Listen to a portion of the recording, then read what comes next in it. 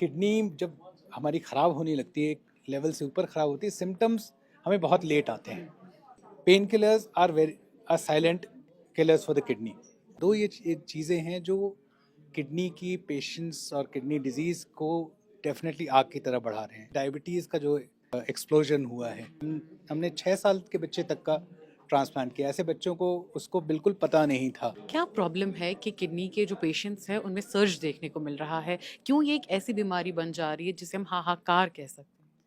हाँ, definitely even WHO has said that it's now an epidemic, the kidney disease. तो main दो reasons सबसे ज़्यादा हैं, जो हमारे specially south east Asia, India और सब कॉन्टिनेंट में जो एक डायबिटीज़ का जो एकदम से एक्सप्लोजन हुआ है, मेन रीज़न वो है। और हाइपरटेंशन, दो ये चीज़ें हैं जो किडनी की पेशेंट्स और किडनी डिजीज़ को डेफिनेटली आग की तरह बढ़ा रहे हैं। और डायबिटीज़ क्यों है, वो जो ज़्यादातर रिसर्च में मिला है, जो हमारे आज खाना पीना है, और मोर देन दैट जो लैक ऑफ एक्सरसाइज है। जो हम डे टू डे में जो पहले हम चलते फिरते थे, छोटे डे टू डे जो हाउस होल्ड काम में एनर्जी यूज़ करते थे, वो अब बहुत कम हो गई है। We are much more sedentary now.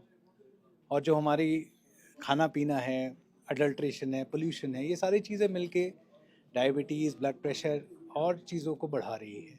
तो दैट इज़ उसके रिजल्ट में हमारा ये किडनी डिजीज़ का सर्च हमें डेफिनेट दिख रहा है। जी, डॉक्टर अविनाश, आप इतने सालों से 25-30 सालों से प्रैक्टिस कर रहे हैं और आपको जो है इसकी ज़्यादा ऐसा कोई केस जिसे आप जो है डेडली कह सकते हैं, जिसे वक़्त में पता ना चला हो, उसके बाद उसकी लाइफ़ भी रिस्क पे आई? नहीं, ऐसे काफ़ी केसेस हैं। अभी से जैसा आप देखते हैं कि किडनी डिजीज़ एज पर से जब एक बार बढ़ जाती है और किडनी फेल हो जाती है, तो that is a potentially life threatening situation. उसमें अगर हम नहीं उसको ठीक से ट्रीट करते हैं, and we have seen patients who are kids, हमने 6 साल के बच्चे तक का ट्रांसप्लांट किया। ऐसे बच्चों को उसको बिल्कुल पता नहीं था कि ऑब्वियसली छोटा बच्चा है, माँ बाप उनको एक्सपेक्ट भी नहीं करते हैं कुछ होता। There is a patient who came, वो उसको इमरजेंसी में आया सीजर्स करके, मतलब उसको झटके आ रहे थे। और जब हमें पता लगा क्रिएटिनिन, तो उसका जो क्रिएटिनिन लेवल जो नॉर्मली 1 से नीचे होना चाहिए बचपन में, वो पहुंच गया था 23।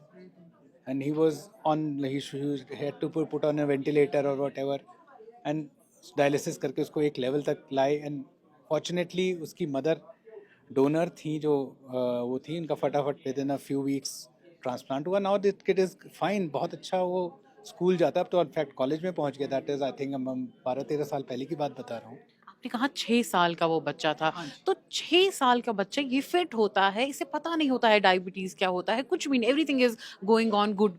बट 6 साल जैसे बच्चों में, मैंने बताया, बच्चों में ये चीज़ें नहीं, बच्चों में ये कुछ कंजेनिटल प्रॉब्लम्स होती हैं, कुछ किडनी की बनावटी प्रॉब्लम्स होती हैं उससे, या फिर कभी कभी कुछ हमारी इम्यूनिटी है, इम्यून सिस्टम है जो गलत एक्ट करने लगता है, उसकी वजह से ये डीज आर। बट जो बच्चों में होता है, ये एक कह सकते हैं एक एपिसोडिक चीज़ें हैं, वो उसको प्रिवेंटेबल नहीं है, लेकिन हाँ, we should be careful about that. हमने देखा है जो ही एक किडनी पेशेंट को पहले-पहले दर्द होने लगता है, तो उसकी पीठ में दर्द होने लगता है, तब उसे लगता है कि उसकी कमर दुख रही है, उसके बाद उसे धीरे-धीरे डॉक्टर कहता है कि आपको पस बहुत हो चुका है, उसके बाद जो है मेडिकेशन होती है, उसके बाद डायलिसिस हो सकता है और उसके बाद ट्रांसप्लांट पे।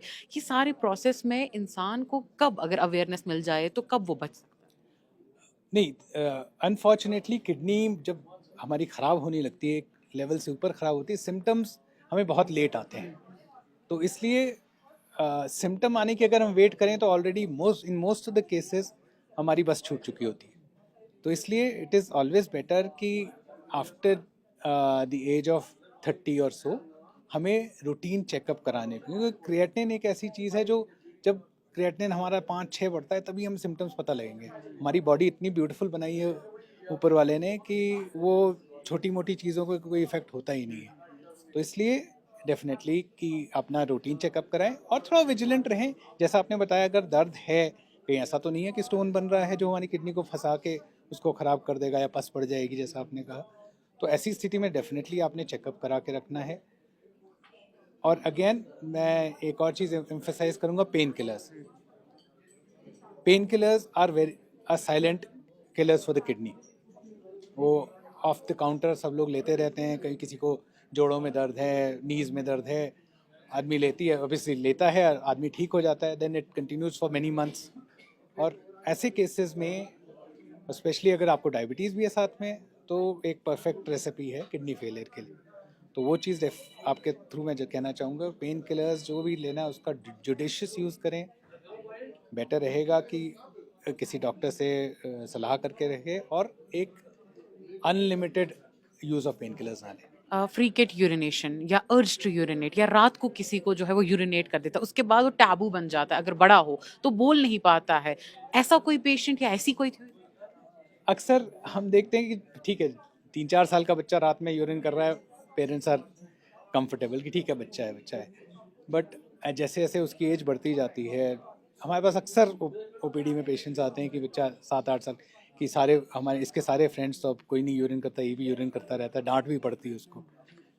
लेकिन स्टडी में ये देखा गया है कि 14-15 साल तक के लिए अगर बच्चा रात में यूरिन कर रहा है, तो वो एक नॉर्मल फिनोमेना हो सकता है। मोस्ट ऑफ द टाइम एक बेसिक उसका एक अल्ट्रासाउंड या कुछ करके रूल आउट कर लें, कोई और प्रॉब्लम नहीं है। लेकिन अगर ऐसी कोई प्रॉब्लम नहीं है तो हम 15 साल तक उसको कोई मेडिकेशंस वगैरह प्रिस्क्राइब नहीं करते। ज़्यादातर ऐसे केसेस अपने आप विद टाइम सेटल हो जाते हैं। अगर हाँ उसके ऊपर है तो फिर उसके कुछ स्पेशलाइज्ड टेस्ट होते हैं, आई थिंक वो इस उससे ज़्यादा होगा, पर वो उसका इवैल्यूएशन ज़रूरी तो है। आपसे आखिरी सवाल कि हमारा गवर्नमेंट सेक्टर डायलिसिस में या ट्रांसप्लांट में अभी भी लैग बिहाइंड कर रहा है।